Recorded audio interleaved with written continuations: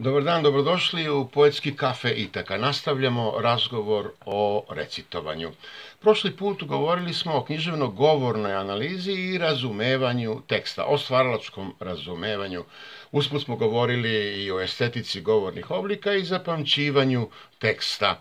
Književno-govorna analiza nije neka naročito komplikovana i nova tema za vas. Novo je tu to što se insistira na jednom govornom aspektu, da se izvrši govorna analiza kojom će se odrediti kako će tekst biti prenesen publici. To je veoma važna oblast i veoma važan pristup i za zapamćivanje teksta, jer je veoma važno da tekst savladate i u tekstualnom i u govornom vidu, u govornom obliku. Tek onda, kada budete znali napamet interpretaciju, sve ono gde ćete stati, kako ćete nastaviti, koju intonaciju primeniti, kakvom dinamikom govoriti, kada ćete iskoristiti pauze, kako ćete naglašavati logičke, emocionalne i misaone akcente itd. Tek dakle, kada to definišete u tekstu i kada naučite napamet kako će izgledati vaša recitacija, uz to što znate i tekst napamet, onda ćete biti potpuno sigurni pred publikom, onda ćete se osjećati dobro, onda ćete osjetiti moć govora i tada ćete uspeti da sugestivno, ubedljivo prenesete tekst u govorni oblik, da on zaista postane jedna umetnička govorna skulptura, govorno delo i da izazove doživljaj i kod vas, kod onoga koji govori i kod recipijenta. Akcenti, to je naša tema. Leksički akcenat ili gramatički akcenat podrazumeva ona 4 teška akcenta s kojima se stalno mučimo. Dugosilazni, dugouzlazni, kratkosilazni, kratkouzlazni i 2 dužine. U pitanju je akcenat, odnosno reč u kojoj je akcenat na slogu. To je tako propisano. Vi možete izabrati koju ćete reč naglasiti, to se zove logički akcenat, ili koju misao, ili kako ćete emocionalno obojiti neku reč, ali kada je u pitanju leksički akcenat, nemate izbora. Ukoliko pravilno ne izgovorite, ne naglasite reč, onda ste napravili veliko ogrešenje koje je slično onom kada muzičar pogrešno odsvira notu. Smisao reči se deformiše i gubi. Dakle, to moramo znati. Mi se time nećemo baviti, to je jedna velika, široka, duboka oblast i ja sam vam u ovoj mojoj knjizi autorsko recitovanje i doživljeno čitanje preporučio neke knjige koje možete koristiti za proučavanje akcenata, pre svega knjige profesora Dešića. Logički akcenat je jedna podvučena reč. Misaoni akcenat je 2 ili 3 ili više podvučenih reči. Emocionalni akcenat može biti jedna reč, jedna emocionalno obojena reč ili više reči. Ta 3 akcenta su najbitnija. Na njima temelji smisao pesme, na njima temelji i vaš ekspresivni moment, način na koji vi iskazujete pesmu. To u tekstu ne postoji i govorom izoštravamo smisao pesme. Govorom pojašnjavamo. Naš govor je, kako smo to već puno puta rekli, svojevrsno tumačenje stihova. Kako to radimo? To je najbitnije od svega. Ništa tu nije komplikovano i ne treba dužiti priču. Pa podvlačimo reči glasom, glasovno znači, na razne načine. Intonacijom, uz pomoć pauze pre ili posle reči, emocionalno ih bojimo, intenzitetom. Intenzitet ne znači samo viku ili povišenje glasa, nego i snižavanje glasa.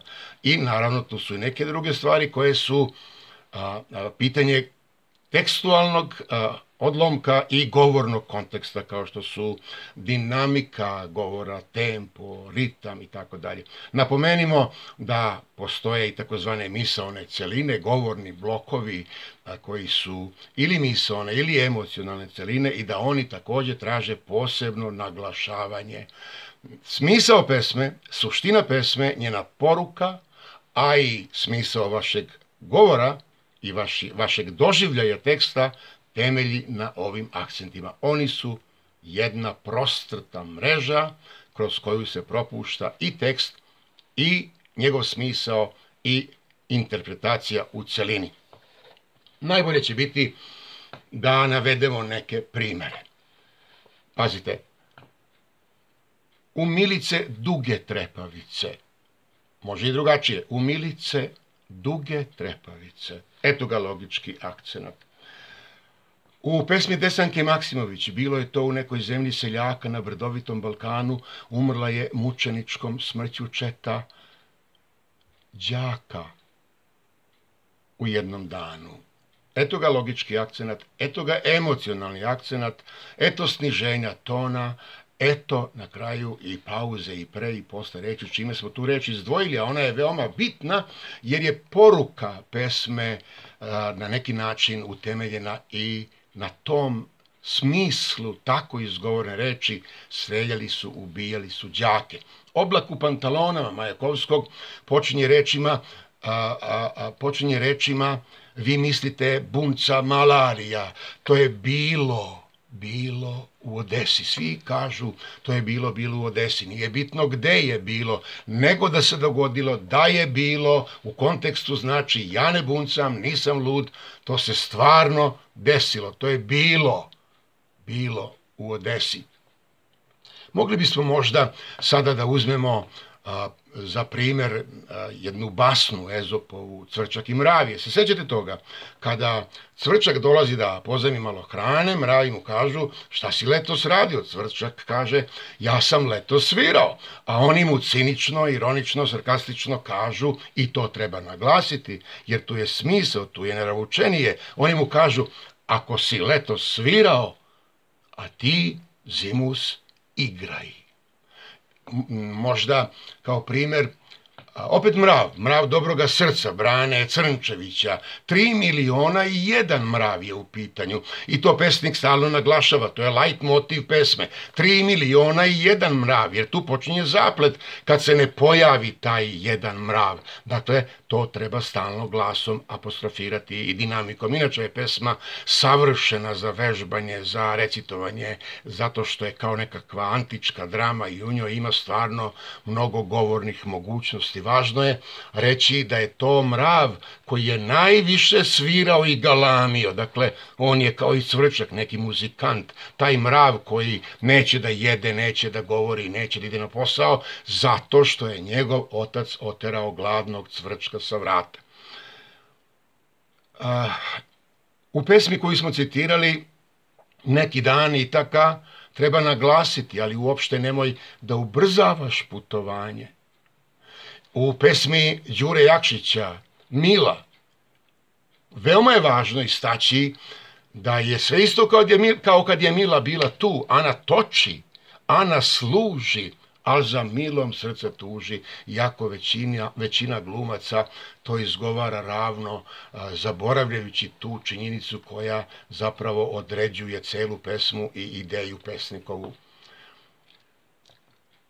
Uzet ćemo sada za primjer jednu narodnu pesmu. Mi ćemo u narednim lekcijama govoriti o specifičnostima govora narodne poezije, epske i lirske, kao što ćemo govoriti i o kompoziciji pesme, o figurama govornim i figurama govornog izraza, o pedagoškom radu.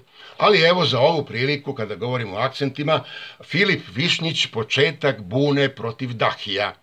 Dve reči su veoma važne da bi se iskazao stav pesnikov, njegovo osjećanje vremena koje se menja, počinje buna, menjaju se društveno-političke prilike. Pesnik u pravilnoj interpretaciji, ja sad ovo samo citiram, ne recitujem, kaže: Mili Bože čuda velikoga, kad se ćaše po zemlji Srbiji, po Srbiji zemlji da prevrne i da druga postane sudija. Uočili ste prevrne i druga.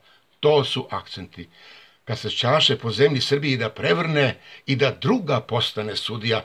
Tu knezovi nisu radi kavzinicu, radi Turci izjelice, ali je rada sirotinja raja, koja globa davati ne može, ni trpiti turskoga zuluma. I radi su Božji ugodnici, jer je krvca iz zemlje provrela. Zeman došo, valja vojevati. Zeman došao, to je bitno, došlo je vreme za prevrat i zatim se pesma premješta na nebeski plan među svece koji također signaliziraju da počinje novo vreme, da počinje istorijski prevrat. Vladislav Petković Dis u pesmi Utopljene duše naglašava da on želi još jednom da doživi, sad nabraja šta je sve to, zavičaj, draga i ostalo, još jednom samo odam je dići ispod života svet umrlih nada, još jednom samo odam je ići prostorom snova pod vidikom jada. Potajna slabost i žudnja ka sreći, skrivene misli u boji ljubavi, njen pogled nekad sve što znade reći još jednom samo da se javi. Ova duga pauza apostrofira to još jednom. Ne bojte se pauza. Pauza je moćna figura govora. Da biste postigli ubedljivost, da biste sugerisali da mišljenja i emocija dolaze iz dubine vašega bića, da vi mislite tu pesmu, da vi osjećate taj tekst i tu pesmu, trebalo bi da koristite što češće pauze, a tako ćete izbeći i monotoniju, da pesma bude neubedljiva i da pesma ostane samo jedan duplikat teksta.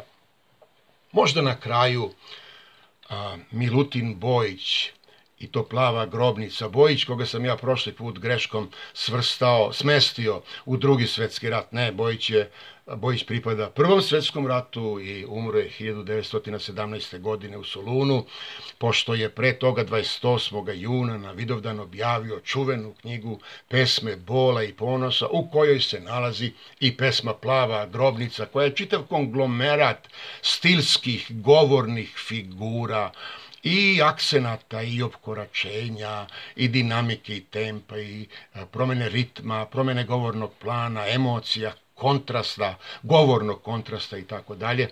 Pa evo, nećemo to posebno objašnjavati, samo ćemo izgovoriti, citirati onako kako ja mislim da to treba da zvuči. Stojite, galije carske, buktinje nek utrnu, veslanje umre hujno.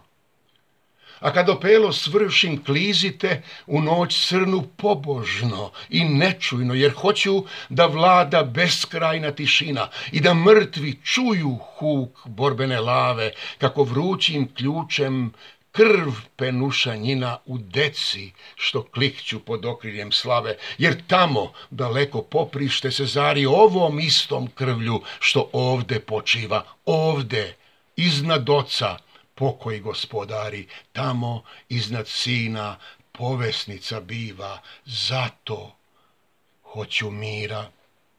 Da opelo služim, bez suza, bez reči i uzdaha mekih, da miris tamjana i dah praha združim u stutnjavu muklu doboša dalekih. Stojite, galije carske, u ime svesne pošte, klizite tihim hodom, opelo držim, kakvo ne vide nebo jošte nad ovom svetom vodom. Toliko za danas, da ne zaboravim, Miljana Kravić, moja koleginica iz Društva za srpski jezik i književnost sa sedištem u Smederevu, gdje sam inače imao nekoliko najboljih mojih seminara, opomenula me na Facebooku da bi trebalo uputiti ljude na adresu gdje mogu da nabave knjigu. Evo adrese, piše dole ispod ovog priloga, itaka1@hotmail.com ili telefon, ako baš mora, poruka 063-776-0086. Knjiga ima 280 strana, košta 900 dinara plus poštarina, bit će poslata postekspresom odmah kada je naručite. To rade ljudi u Itaki, revnosni su, dobit ćete je na vreme, inače u pitanju šivena knjiga, dakle trajna je, čvrsta, a ja se nadam da je i što se sadržaja tiče trajna, da će vam pomoći i da ćete pomalo i uživati.